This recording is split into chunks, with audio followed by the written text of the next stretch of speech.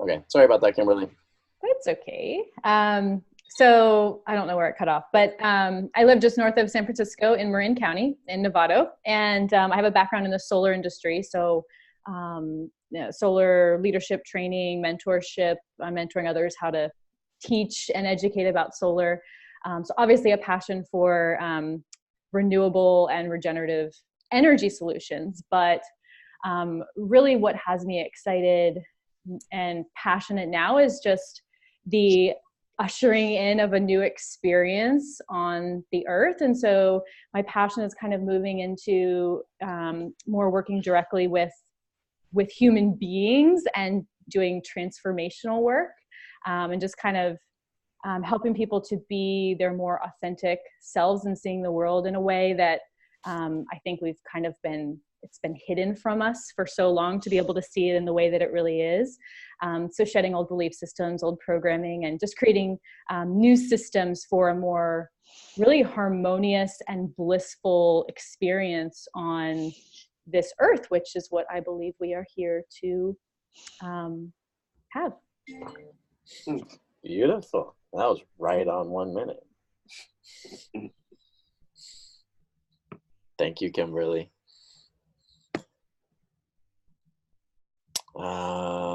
Let's see. Saurabh's back on. I got disconnected somehow. I'm not sure what happened. Yeah, we both actually disconnected. Do you want to go now, or there's maybe one more person that could go, or do you want to go now? I can go now. Okay. Okay. Hey everybody, how you doing? Oh. My name is Saurabh Rabi. I live in Victoria, Canada at the moment, and I did a 4 months apprentice training at the CalEarth Super Adobe building. That's where I met my beautiful brother Josh, and yeah, and I've worked in different trades, in construction trades. Not a master of any of it, but I've worked in anything from landscaping to carpentry and all this kind of stuff. And at the moment, I'm working for a landscaping company, so with irrigation and that kind of stuff. So yeah, I'm very happy to be part of this, and I would love to one day take this back to my country, to Iran, and do something there. But for now, I would love to be part of this, and whatever little I can offer, whatever I'm capable of doing, I'd be happy to do whatever I can in this vision that you guys have. Anyways, that's the short and long of it. Thank you. Beautiful. Thank you, brother. It's it's been so long since Saurabh and I've actually seen each other, and I think there's something about like the natural building, earth building community that like when you connect in a pretty deep way. So it's a real joy to have you here, brother. Thank you. Appreciate it. And Matthew. Hello. Hello. I just turned my video on briefly because my battery's really low, but I do want to connect with you all. Nice to see you for a moment.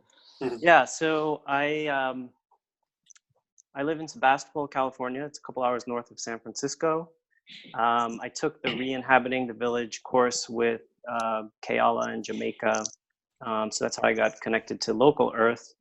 And yeah, I'm just here to learn. I mean, I get the sense that there could be some sort of disaster, either natural or man-made, over the coming years. So I think it's important to get plugged in and educated on regenerative living.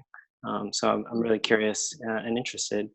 In terms of skills, I have a background in finance and data analysis. So I'm guessing Local Earth probably has their finances covered in terms of the strategy, but if they do want support with like budgeting, forecasting, modeling, strategic analysis, I could help with that.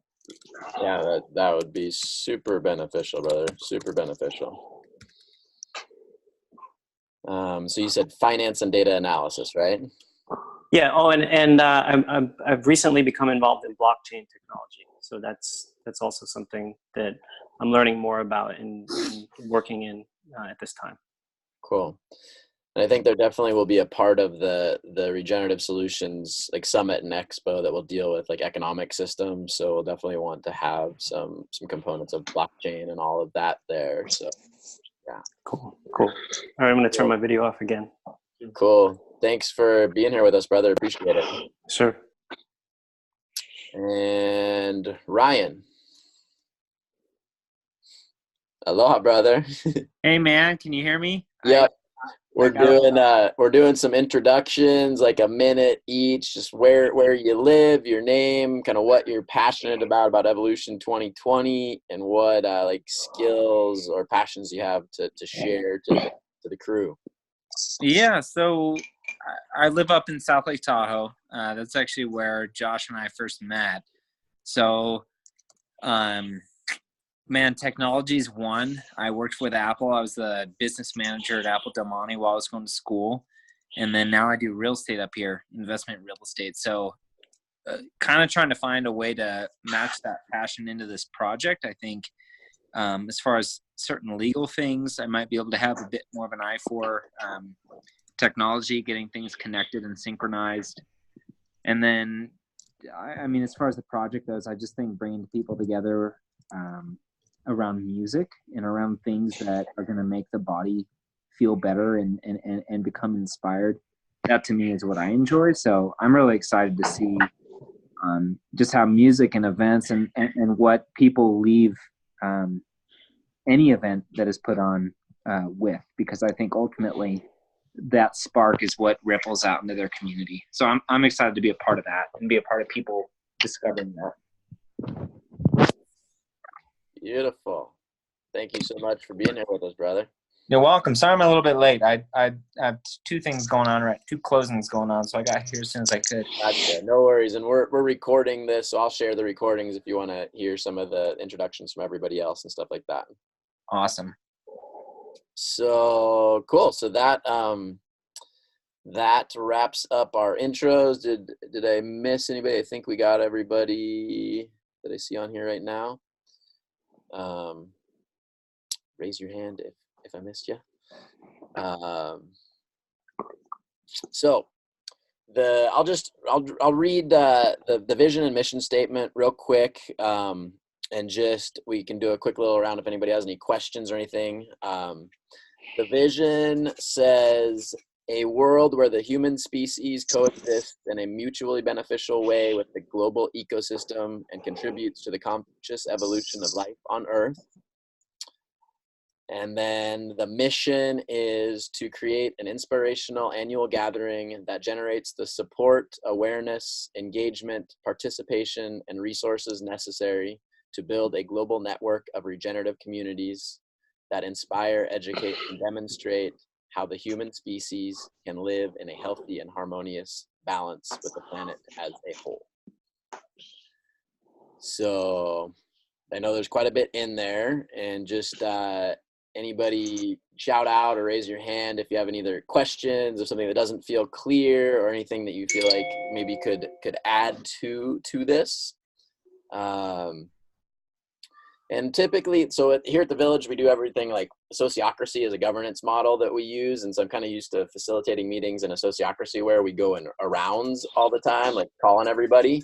So I might go back and forth between that, like at times where we do a round and go through everybody, and other times might just kind of do popcorn and say, hey, if anybody has something, just shout out, raise your hand. And that's what we can do right now. Just any kind of questions or comments on the vision or mission statement. Going okay. I'll go. Yeah, Ryan.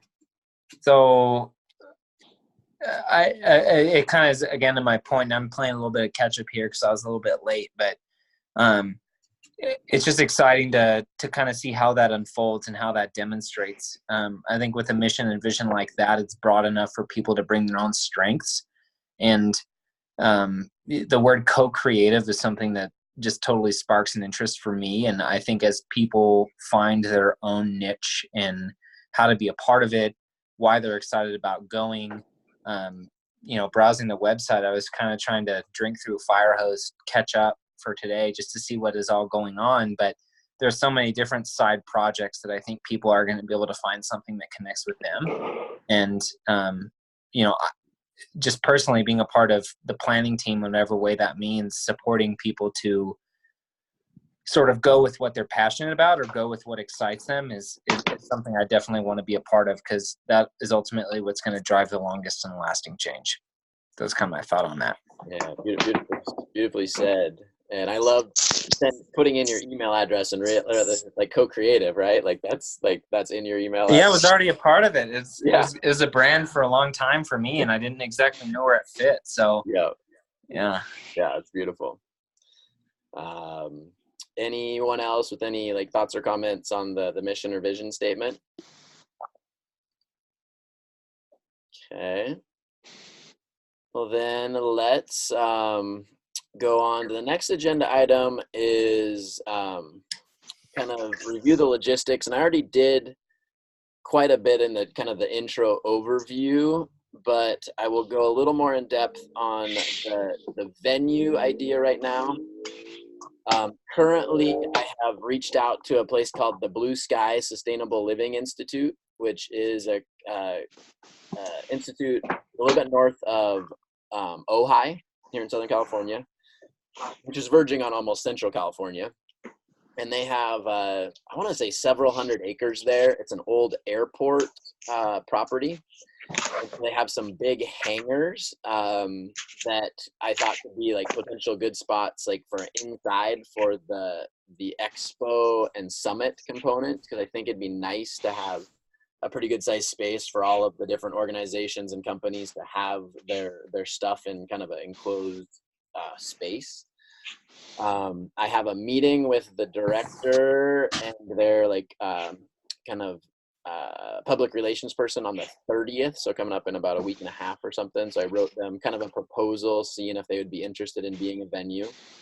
I think depending on what artists we end up having for musicians, we have we've reached out to some pretty good sized names of, Trevor Hall, Nako, Rising Appalachia, and people that draw pretty big crowds. I think like Ryan just sent a clip of a Trevor Hall concert. Some of these people will fill stadiums of thousands of people. And so we'll see who we actually get confirmed as the artists. But the vision for this could scale from several thousand people to a smaller, more intimate gathering of several hundred people. It'll kind of depend on what artists we end up, securing for the event and what venue we end up securing. But that's part of what I liked about Blue Sky is it has a huge area. It's like we could build a stage and there could be camping for, 1,000, 2,000 people out there because it's a big property.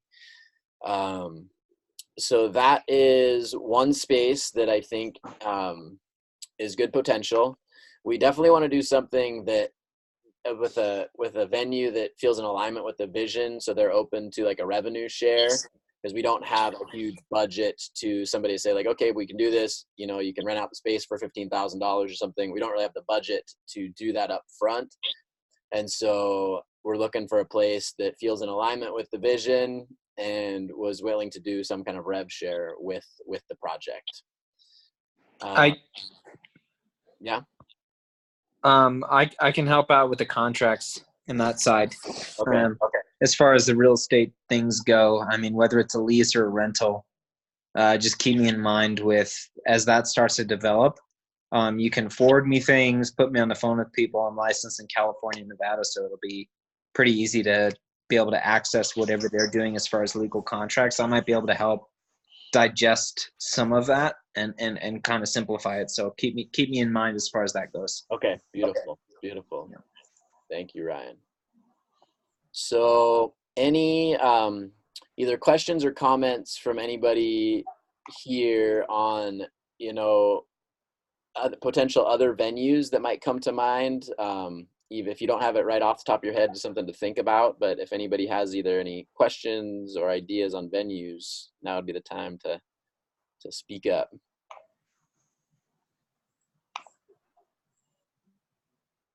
Okay. Um, Talked a little bit about the Summit Expo component. Ideally, I think it would be nice to have a pretty contained indoor space for the Summit Expo component. Like we could make it work in a little bit more like outdoor space, like with big awnings and tents, and that could be like a little bit more dispersed throughout a property. But my first intuition is that it might be nice to keep it a little bit more contained and indoor. But we're just gonna have to be adaptable to, you know, as things evolve and unfold. The ticket pricing, just kind of planting the seed for everybody to think like what would feel good to you for a super, you know, engaging 3-day experience with great music. I would like to keep it like keep it on the more affordable side and trying to get more people to come rather than like putting it like a higher ticket point and trying to make more money on each. I guess I'd rather try to have as many people there as possible with a really affordable ticket price. So I'd love to just hear what any of you, just like ballpark figures, like what you think might be a ticket price for something like this. Anybody have your thoughts? I've got my thoughts, but I want to hear what other people's ideas are. I was trying to remember how much I paid, but actually I got free admissions. I don't even know. So I won the admission to, I think it's 195 euros Okay. for that Wednesday afternoon to Sunday evening. Sorry. Okay. I like the idea of like the bloom or the pollination event they had in San Francisco, that you could buy a ticket, but then also buy like a higher price ticket that would also allow someone else to get a free ticket. So I think it was like, I don't remember what the number was, but like, I don't know, if a regular ticket is like $222, and then you could do like, you know, $333 or $444 or something if you had the ability to donate, so someone else might be able to get in if they can't afford it.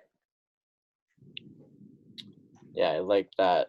I like that option as well. So like somebody could kind of sponsor another person to come.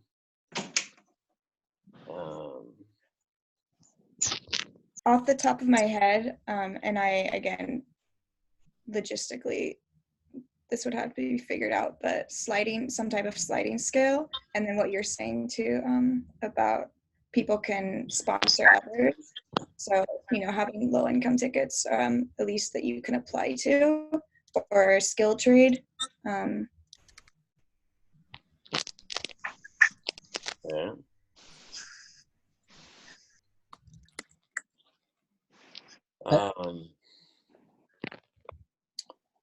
Yeah, like, I mean, any other kind of ballpark numbers that people feel into? Yeah, I think depending on your artist is going to set that bar as well. You know, I mean, if you got Trevor and Nako coming, $200 minimum, because people are going to pay that just to see them. Yeah. So when that sets the bar, I really love the idea. The Bloom idea was really, really sweet. Being able to help other people go is sweet, but also the first event, turning profit to the causes that we're trying to support, is also really important. Yeah. And so logistically, to draft up a number without knowing what the venue might cost, what we're trying to provide, you know, and you can really kind of balance that out if you know you have vendors there and it costs X amount to be there, and then they net whatever they make, X, Y, B, C, or D. So just kind of keeping that in mind, not that we're going to be able to pencil in a solution tonight, but what's it going to cost? How can we make money? Because the goal isn't just to give. The goal is obviously to be able to contribute. So just figuring out a way to be profitable in that way. Cool. I think someone had mentioned the target fundraising amount at the beginning. Was it 330,000? Yes. And is that just from this one event or from other events as well? You know, or I mean, I sources? think that's just, I went through and started doing some basic like budgeting, and, you know, I think it gives us a good target for this event. I live my life in a way of like not really being super attached to a specific, like getting clear on a vision and intention. I don't have like, if I won't, my feelings like are going to be crushed if like we don't raise $330,000 at this event. But I think that's a number that we're starting to work towards, like saying this would give us a realistic, good starting point for the first phase of the village. And do you have a bare minimum that is the amount below which if you don't raise that you would, you know, feel really disappointed? No, I don't. I think as long as a group of amazing human beings come together, like learn, are inspired, if we generate, I mean, I don't have a low number. I wouldn't definitely want to approach it in a way that we are minimizing our costs and risk of anything. Like don't want to risk losing anything, like keeping it really scaled at like what we can, with whatever team we have and whatever time we have in this year, that we don't lose anything, and that we're, you know, ideally gonna generate a decent amount of towards that 330,000. Okay. Yeah. The reason I ask is because if I were to set a ticket price, I would consider a variety of inputs. Like one would be how much do I want to raise, and then like, you know, a whole list of other things. But I think having the, you know, your goal in mind can inform you about how much you want to set the price at, and then that can also inform how realistic is that, you know, total fundraise target. Yep. You know, because if you were to set the 330,000 and people were paying $200 a ticket, you would need 1,650 people. But you know, that doesn't incorporate any other like cost factors or revenue factors. So anyway, these are just some thoughts about how I would approach it. Yeah. And yeah, I mean, if it would be helpful, I could even kind of build a little model for you with, you know, a whole list of different inputs and then send that to you. Yeah, I mean, that would be super helpful. And kind of as Ryan said, like it'll depend on what artists we end up with. You know, I mean, Trevor Hall, Nako, some of these artists can easily draw a crowd of several thousand people. And, you know, so that I feel like it's in the realm of possibilities. And then also, if my priority is to have a really amazing event with great people coming together and learning, and if it's, you know, if we raise 10,000 rather than 330,000, that would be my priority, is to have like a really successful, engaging, amazing event, and that will build its momentum. Like, you know, having like the idea this would be an annual event, to keep kind of generating energy and funds and resources for the villages. Great. So yeah, I'd say like this first year is like just to have a really successful, great event and raise as much money as we can, but not try to make it solely focused on the money component. Sure. And at the bare minimum, break even. Yeah. Okay. Cool. I think I just have another idea on that my comment would be to maybe structure it in a way that supports money funneling in, and at least on the website the mission is clear. The clearer that can be, the clearer people can be to where their money's going to, or if they donate. And say, you know, a normal booth might cost $5,000 to be there for like a food truck or whatever, and I'm just throwing out a number. Maybe it's discounted to $4,000 to encourage more or variety of food trucks to come in.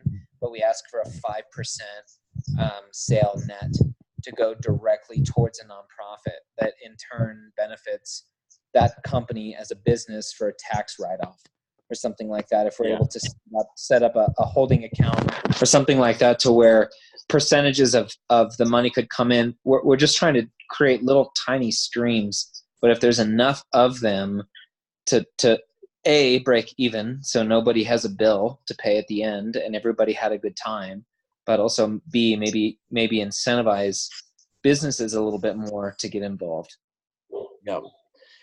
And one thing I've thought about is we launched a Patreon membership about maybe like 2 months ago. And another idea is, like, along with whatever the ticket price is, whether it's like $100 or $200, wherever it ends up being, that everybody that comes to participate would need to sign up to be like a Local Earth Patreon member. And that starts as low as $1 a month. And so there's $1 a month, $3 a month, $5 a month, $7 a month, but the minimum of $1 a month. And so that'd be $12 for a year. And that thought is like, if we do have, 1,000 people that come or something, that Patreon membership of $1 a month seems really small, but that's kind of the one of the amazing things to me about the crowdfunding component is, like, you get 1,000 people giving $1 a month, then all of a sudden that's $1,000 a month for the organization. That really helps move things along in a big way. So that's another kind of component, along with like the ticket pricing of that Patreon membership. And Yeah. And, they totally could, in theory, somebody could sign up to, as they get in to register, and then like they could cancel their Patreon membership the next month. But like the idea would be like, hey, like if you really want to, it's important to be part of this, like, would be willing to contribute $1 a month or something throughout this next year. So that is one thing to kind of weave in with the ticket pricing. So the next agenda item would be like the creation of like smaller action teams that kind of focus on specific things. I've outlined a couple ideas for some ideas for kind of general teams. And looks like, what is there here? There's 1, 2, 3, 4, 5, 6 or 7 teams. And this is part of like even this Eco-Village project and Sociocracy, learning how like we have a general circle meeting like once a month, and then we have our smaller, like we call them circles in Sociocracy, smaller teams. It's like the agriculture team, the building team, etc. And so I think that's how we'll approach this. We'll create several different teams, and then we'll do this meeting once a month, always on the third Thursday of the month. And this will kind of be the general meeting for anybody that's on whatever team. They can give kind of an update of what's happening in the smaller little action teams. But I'll go through a couple of the main categories that I've thought. So one team could be like the food, camping, waste management, and sanitation team. And the waste management and sanitation, to me, part is a really, really interesting and inspiring part of gatherings, because I've been to some that are really well thought out with, to even get into the event, you have to show your own reusable plate or cup or utensils, minimizing no single-use plastics. So when you check in to get your ticket, you show your plate or your bowl or your utensils. If not, we'll have like some bamboo stuff there that people could buy. And then in terms of like any vendors, like anything that they're selling, ideally they could serve it into somebody's own container. There is some like laws and stuff with like cross-contamination. If they are serving in anything, it would be a compostable container. And we have to think through how we gather the compost and what the end use of that compost is after the event. And similar with like gray water, like dishwashing stations. So people are camping. A lot of people might bring their own food and cook their own food.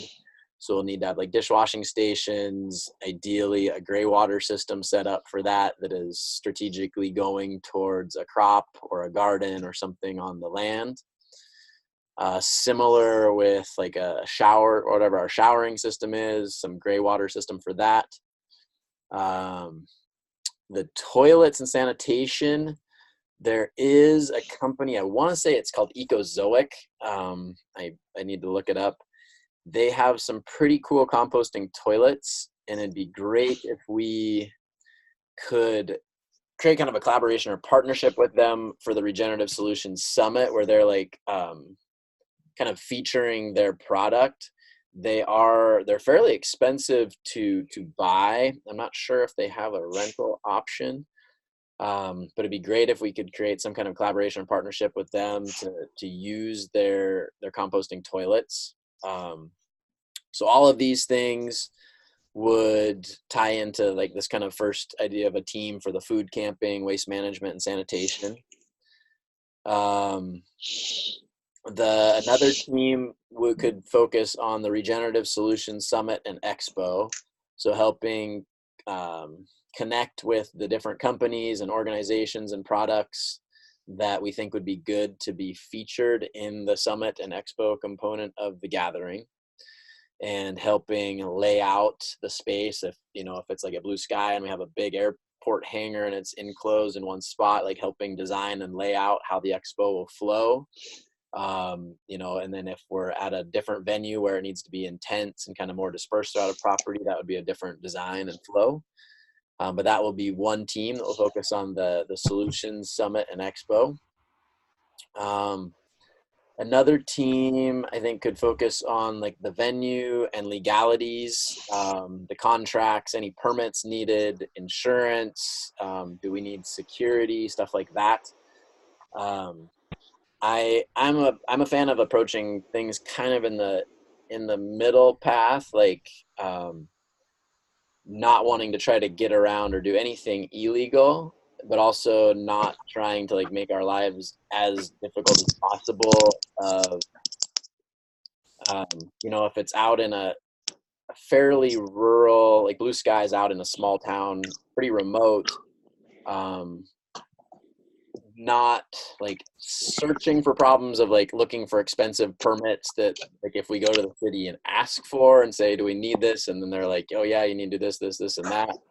Like just kind of approaching it in the middle of what feels good, of being like safe and clear on everything, and like not seeking out additional permits and fees and things that we might not need to if we don't go asking a bunch of questions to certain places. But that could be a team that deals with kind of the venue and the legalities. Another team for like marketing, promotions, sponsorship, and ticketing. Just dealing with our promotions and marketing in the event, whether it's on social media or non-social media, other means. Developing those relationships with, some companies that come to mind, like Dr. Bronner's is right here close by us. They do a lot on regenerative agriculture. I think they'd be a good person to reach out to, or a good company. World Centric deals with like trying to minimize like single-use plastics and stuff like that. I think World Centric would be an interesting potential partner. Guayaki has been doing a lot of stuff around sustainability recently. I think they're a company that I really appreciate and respect. Who else just came into my mind? So that, anyway, this team could deal with what types of companies we reach out to. We have good connections with Boochcraft, like down here in San Diego. Some friends are the founders of that company, and the founders definitely have an interest in, they're on the board of directors for like some of the farming projects down here in San Diego. And so they do have a focus on agricultural stuff. I think it's a good thing for us to think about. As I said earlier in the overview, like a pretty clean gathering, not people intoxicated on a lot of substances, is not the vibe that we're going for with this. I wouldn't be totally against having, like, if Boochcraft was there. Boochcraft, if you're not familiar with, isn't like an alcoholic kombucha. And so I wouldn't be against having some kombucha there, alcoholic kombucha. It does get into another realm of like permitting and that type of thing if there is alcohol. So I guess we would want to think about if that's something that we want to deal with or not. And that would weigh in whether it would be worth like approaching Boochcraft as like potential partners or sponsorship. So that would be one team, kind of the marketing, promotion, sponsorship, and ticketing components. The ticketing, like figuring out kind of what platform and technology we want to use to track and sell tickets. And then another team could focus on the music and artists. So establishing the communication with different artists. I have sent out invitations and a message to a lot of the artists already, and really trying to approach them in a like direct, like human to human way, not like going through their what's the word I'm looking for, their agent, of like, hey, will you play a concert for us? Of more, a lot of these artists, like they sing about, like Trevor Hall, for example, like calls all of his fans like the villagers. He talks about creating the village. They're really trying to approach like, hey, we're wanting to work together with you to build villages where you and your family might live. Like, you know, your part could be bringing the music and the awareness, helps generate funds. We're building a village. We might help build you and your family a house for, you know, being part of this, rather than just simply as like, hey, you're a musician, will you play a concert for us, and here's the cost. And so the way I created a little video that I shot, and trying to get that to them directly is kind of a personal message rather than like an impersonal, just like email or something. So I can share that with everybody. But so that would be part of this team of like developing the relationship with the music, the artists, the musicians, the artists, figuring out what kind of like equipment we need for the stage, for the sound, stuff like that. I know there's a company or a group here in San Diego that has like a solar powered stage that's pretty cool. So it'd be great if we could tie in some form of you know, renewable energy source with the stage and the sound equipment. So that will be another team, kind of the music and artist component. Another team could focus on like just ceremony and flow right now. So like an opening ceremony. Leia, this might be something we could talk about of, you know, how to be in right relation with whatever the local indigenous culture is of wherever the venue ends up being, and, you know, seeing if there's a way that they would like to be part of this gathering, be part of an opening ceremony, like honoring the original peoples of the land. So a team that deals with kind of the opening and closing ceremony, and maybe kind of like the MC component of the 3 days, somebody that's kind of helping the flow move along throughout. I have a friend in Hawaii that I just spoke with, and he said he'd be really interested to do kind of an MC component if he ends up being here for the gathering. So I need to stay in touch with him. So that's another team, kind of the ceremony and flow. And then another team could deal with coordinating volunteers, because I think we've talked about having like a work trade or a volunteer trade.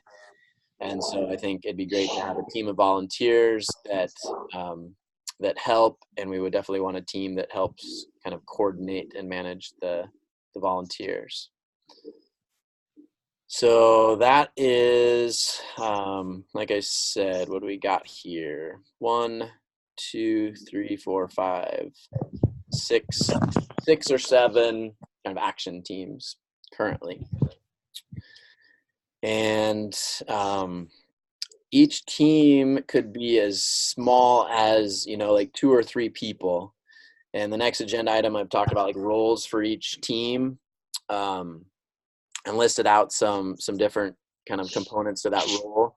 I think it'd just be good to have an operations lead for each team. That's just kind of the point person that anybody can go to ask questions, what's happening with the progress on that team, help set kind of the timeline and tasks. Each team will have its kind of own meeting schedule. Like I said, we'll do this general team meeting on the third Thursday of every month, but each team as it forms, they can say like, hey, we'll want to meet 2 times this month, and we'll do it, next Tuesday at 2 p.m, or whatever that team wants to do.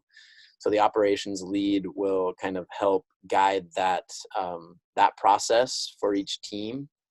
I think it'd be great for each team to have a team admin that helps we have a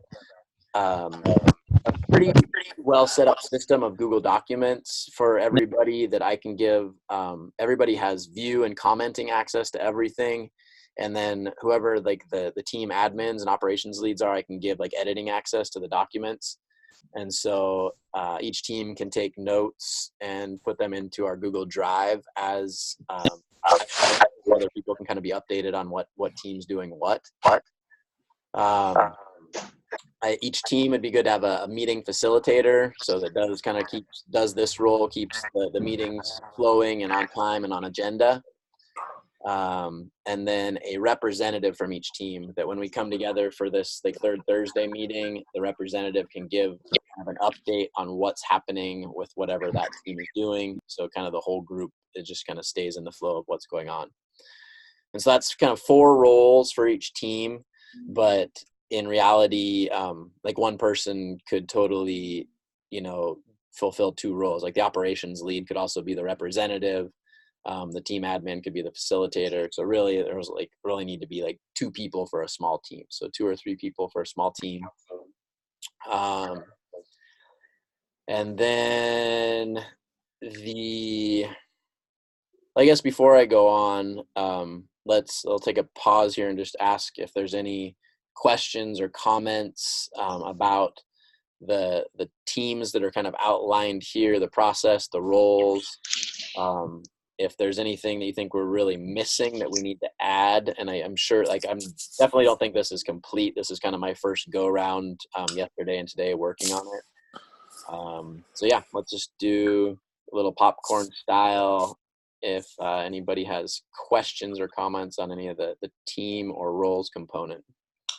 I have a question, and this maybe is a whole new team, but the transformational aspect, the healers, the yoga, is that going to be part of the summit, or is that going to be a whole different piece of team? That's a great question, and I would agree with you. I think that would probably be my first guess is it would be a kind of its own team, like maybe the kind of the transformational festival or the holistic health component, like whatever we want to call it. That could deal with like the yoga, the meditation, sound healing, stuff like that. Transformational festival, holistic health. So yeah, that's a great catch, Kimberly.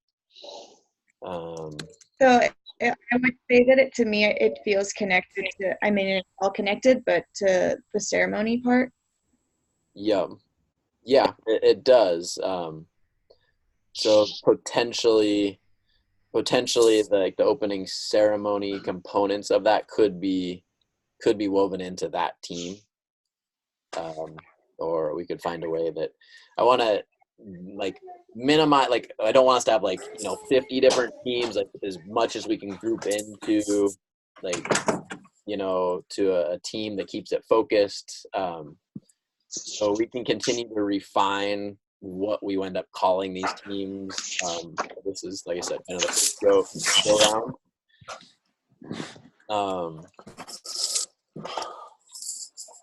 What about anybody else? Any kind of questions, comments, thoughts?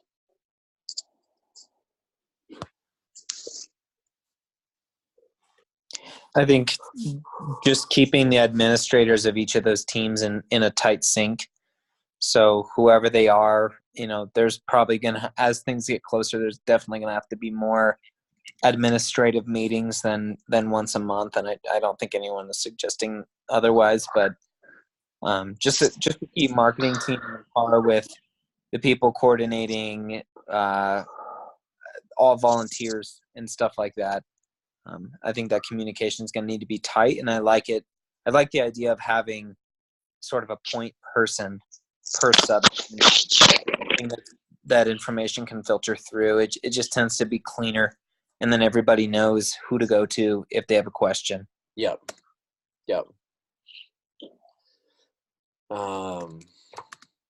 So keeping admins in sync, totally agree with that.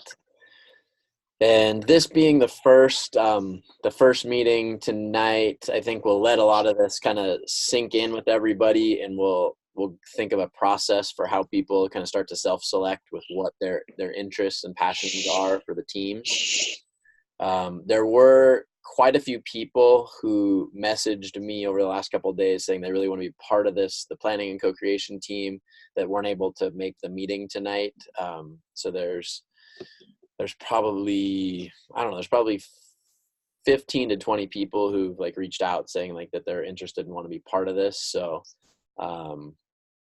well, that's part of why I want to make sure that everything's not always on like this, that it's not just like this third Thursday meeting, because some people have things that are standing on this night that they can't be on this meeting. So communication's a big part of this process, and we've been doing a lot with it with the Eco Village, and then we also have something called the Regenerative Building Alliance. So I'm hoping that I'm doing a decent job of organizing the material and the content for everybody. Please point out to me if there's things that you think could help this be more efficient. I'm always open to ideas and recommendations. It's definitely like it's a challenge to keep 15, 20 people in good communication. Some people like use Facebook, some people don't, so if you have a Facebook group or a messenger thread, there's always like 3 or 4 people that are like, I don't use Facebook. So then you need another. So that's why I have the Google group with everybody's email address. So the Google group should go out to everybody if the people are not on Facebook. So we'll have to just continue to like refine our communication process as we create our teams. And let's see here. One thing I could say is creating teams and creating kind of organizing people for certain aspects of this build-up process is like you say you're most interested, like your top 3 things that you're interested in, let's say, for example. And if everybody sees it and everybody that's included on your mailing list says like, I'm interested in this, this, and this, then you can kind of like get an idea of what, maybe some strengths are or what they're interested in. You can kind of, by the next meeting or the meeting after that. Yeah. And I guess one idea could be I could send out like just a Google Doc after this meeting to everybody. We can refine kind of the team names and just saying like, yeah, like what teams would you be interested in participating in? And then we'll have to figure out a process for like, who wants to be the operations lead for each team. So yeah. How many people per aspect?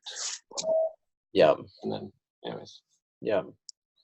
I think with that too, what's coming to mind is people who maybe are interested in something and want to support it, and then people who like have expertise in that field or have experience in that field, so that there can be people on the team that maybe have coordinated volunteers before, but that are interested in doing it or whatever it is. But to make sure that those people, if possible, that maybe have experience and other ones that are interested in working in that space. Yeah, I agree. So people who like, just have an interest and a passion, and people who have experience in a certain area, like definitely pairing them up. And those things that you don't want to do. Like, please don't put me on this. There's certain Yes. Yes.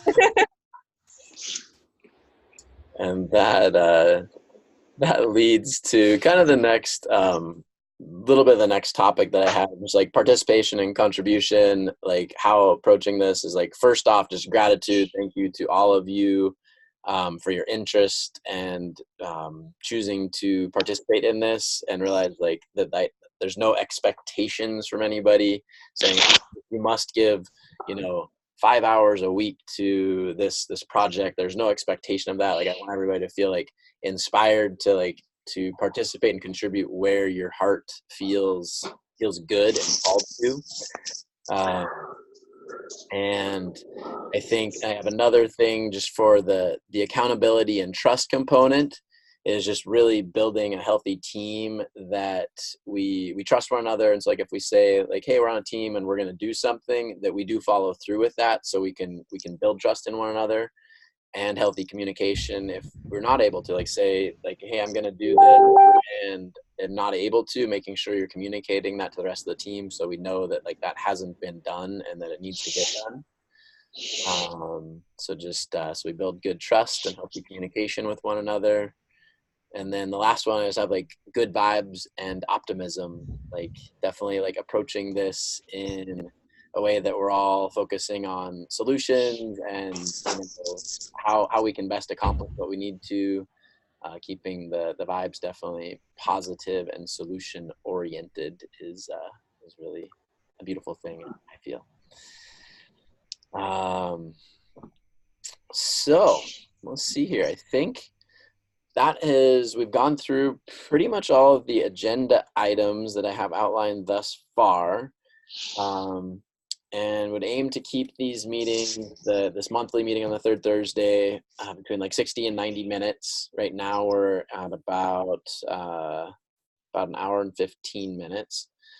So I guess if everybody's up for it tonight, being the first meeting, we've got a lot to cover. Like, I'm down for another 15 minutes if people want just kind of to share some general thoughts, questions of what we want to do before kind of the next steps between now and a month from now. So let's do just kind of a round style and go to everybody. And just, share any like thoughts or questions you have. And let's start with Kimberly.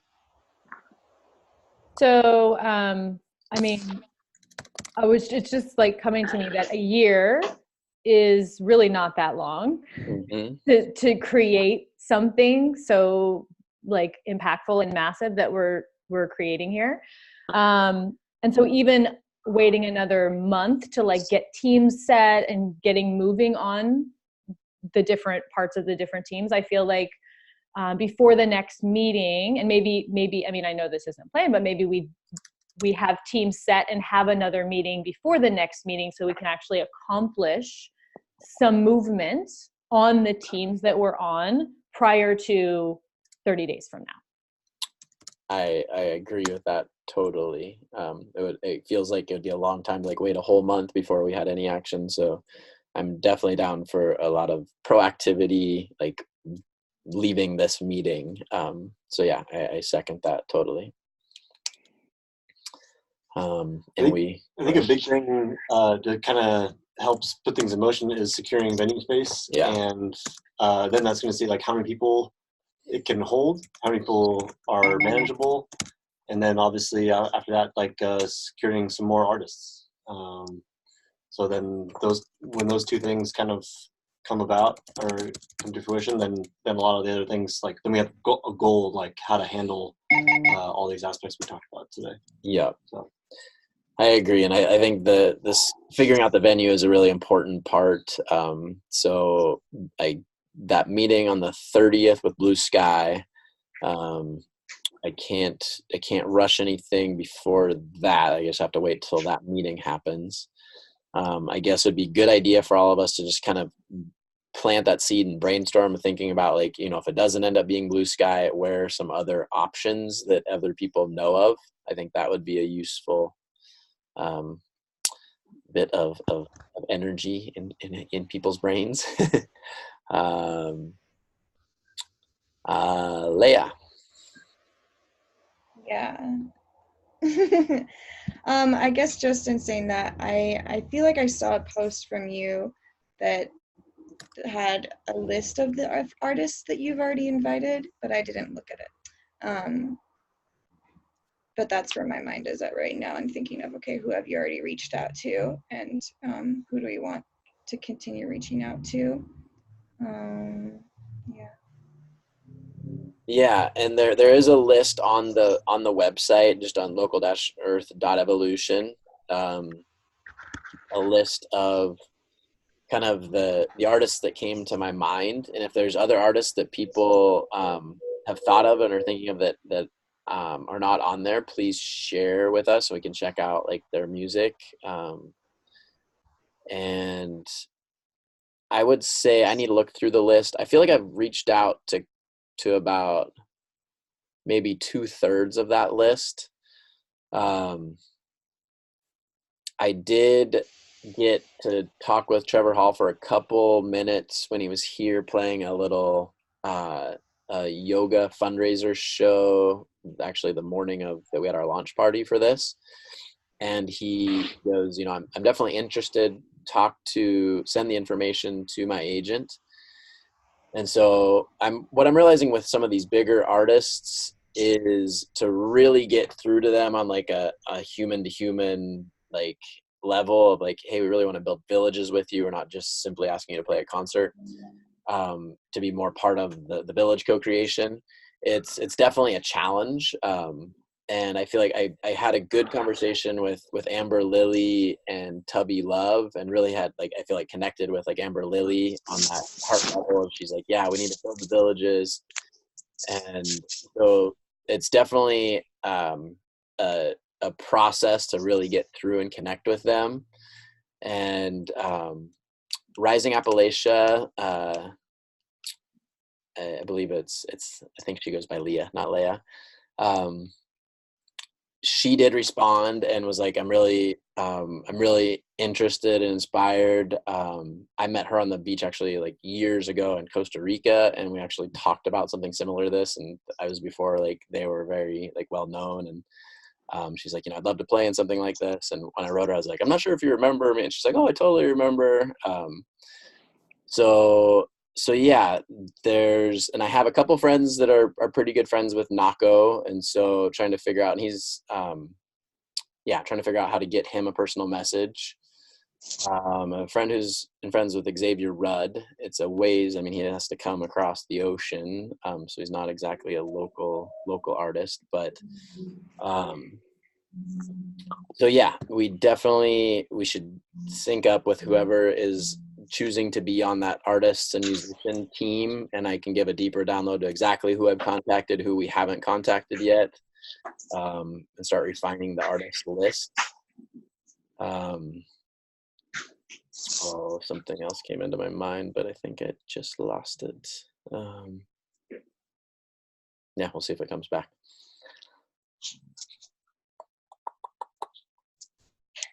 Any thoughts or comments or questions on the musician component right now? Is Dirtwire on your list? Dirtwire's not on there currently, but I did get I sent a message. I got a message from him and sent him a message, or one of the people that's part of that, like a week or two ago. Is that Rebecca's friend? I'm not. That knows I him think personally? so. Or Rebecca knows him? Yeah. Well, if you need anything, I can get Rebecca. I really I know they've done stuff with Trevor Hall. I like their music. I don't know exactly like kind of the intention behind, I mean, who they are as artists, and like I know I like their music. So yeah, that's definitely something to look into. Okay. Amy. I'm trying to think, and as you were mentioning all these, actually, it's like I'm entering the festival, in Netherlands, and it's so much. I second Kimberly. It is a lot of work, and I think that meeting once a month is probably not adequate, because think about that, we probably just have several more meetings, and then the festival, it's what, September? Are you feeling about September or October? When is it? September. So we have about 11 months of like the meeting. Yeah. Yeah. I almost think that is, I think probably like an email weekly update and then Zoom, like, twice a month in order Yeah. to get things moving. Yeah. Yeah. It is a lot because Yeah. all I see is the technical people when they set up is all the wires and cables. That's really complicated already.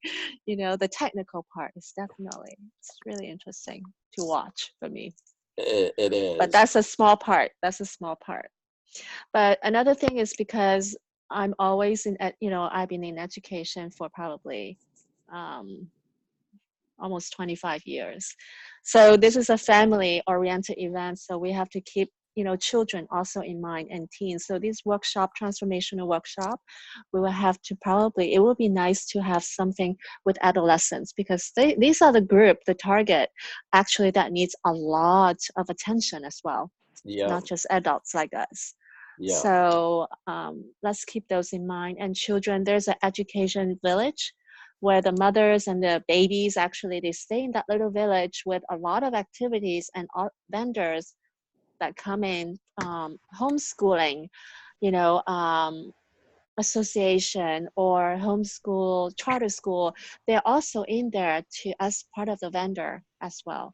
So keep that in mind. Yeah. If we can. Yeah. And I think that would be another good team for us to have is kind of like the kids village and education component. Yeah. Mm-hmm. And also just to like kind of address, sometimes, believe me, at times I feel like things are very daunting and I'm like, oh boy, this is fake. And to also like realize it's all going to be perfect. And, the thought of like, it could be this massive solar powered stage with all kinds of wires and this is and that. And it could be a small little acoustic stage with an amazing artist playing, with a couple little amps. Like it doesn't need, like, we don't need to overwhelm ourselves. I think it'll be perfect at whatever scale we do. And so to not Yes. But I agree that I definitely I wanted to keep the pulse of at least like a once a month thing to get started with like a general. And then the idea that these with the action teams, like they might meet twice a month and then just give an update at the meeting. So I think that the sooner the better we get together the small teams. And then, I guess we could think about whether we wanted to like maybe even 2 times a month have this like the bigger group meeting, or that like just the smaller teams, like they're taking action. They're like, maybe they have 2 or 3 meetings per month and just at this once a month meeting, give kind of their updates on what's happening. And so we'll feel into what seems to work best for that. So exciting. Awesome. Matthew. Yes. So it seems like you have quite a bit of experience with planning and organizing. Would you like any support with regards to the budgeting for this event?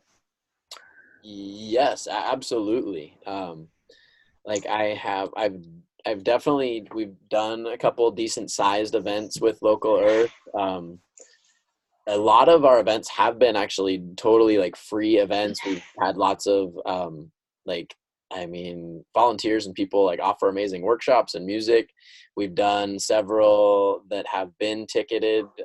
So I have some experience for sure, but I'm totally open and super grateful for any support on like financial modeling and expenses. Like that'd be super supportive. Okay. Well, you said that you're working with the Google suite of document collaboration. So I could put together like a very rough spreadsheet based on this meeting, and then revise it as time goes on. Would that be a good next step? Yeah, that'd be super appreciated and really helpful. Okay, cool. And which email address would you like me to share that with? I would say so we have a Google group that in the master the master index document, in theory, everything that we have should stem off of that master index document. And if something doesn't, please let me know. But like right now, I don't think I'm plugged into that. okay. So what do you want me to get plugged into this master Yeah, so document? I'll share it again in the chat window right now. Oh, okay.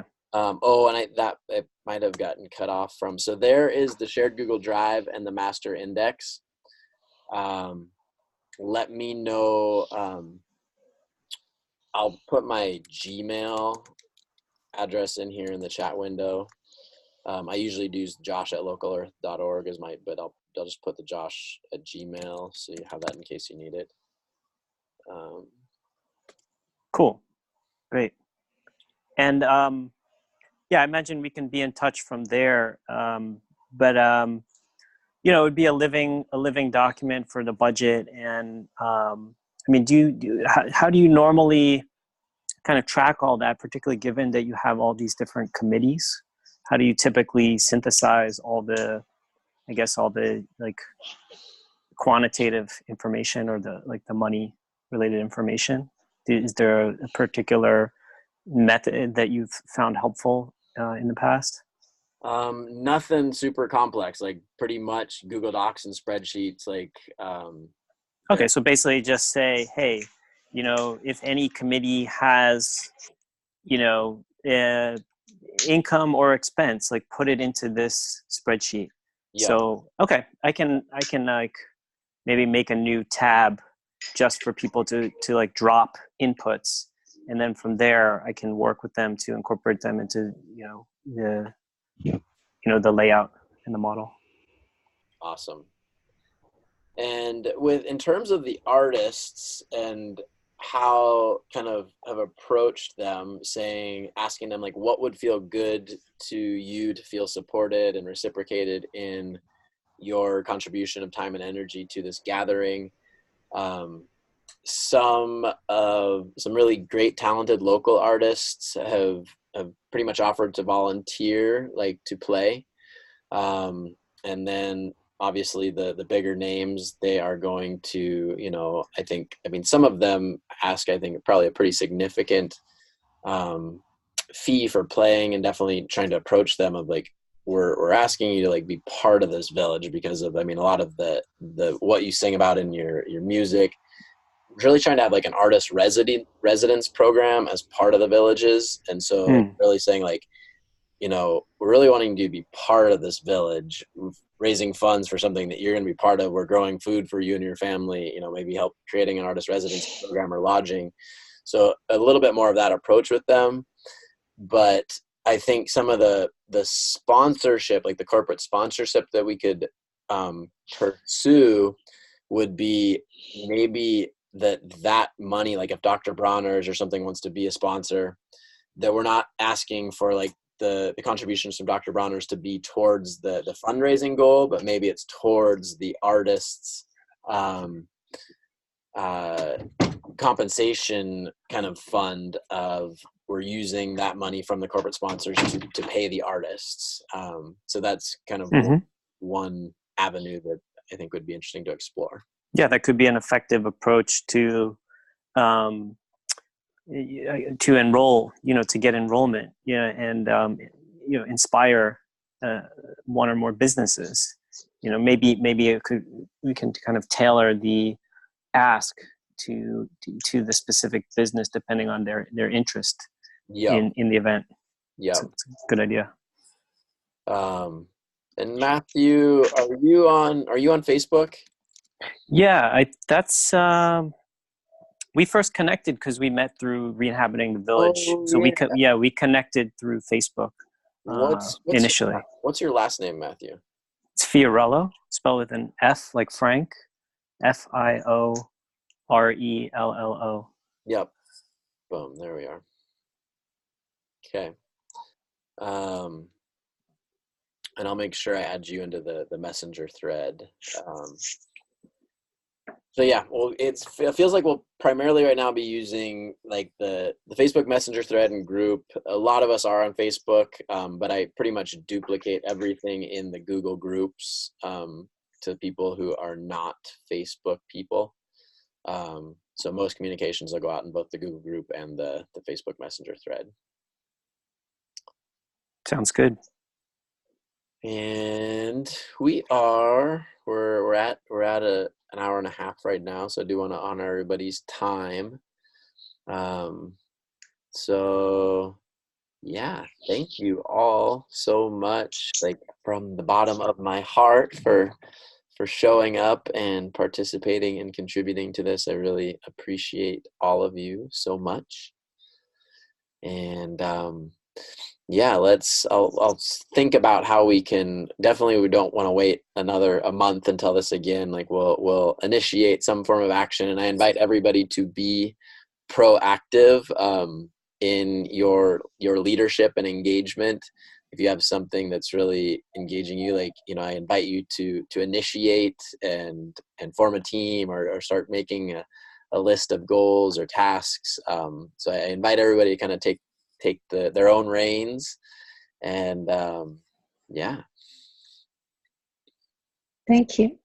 Great. Well, Joshua, I acknowledge you for taking the lead here and like keeping a good structure and having different ways to involve us from time to time, and also keeping your passion and reminding us of what's the inspiration behind this event.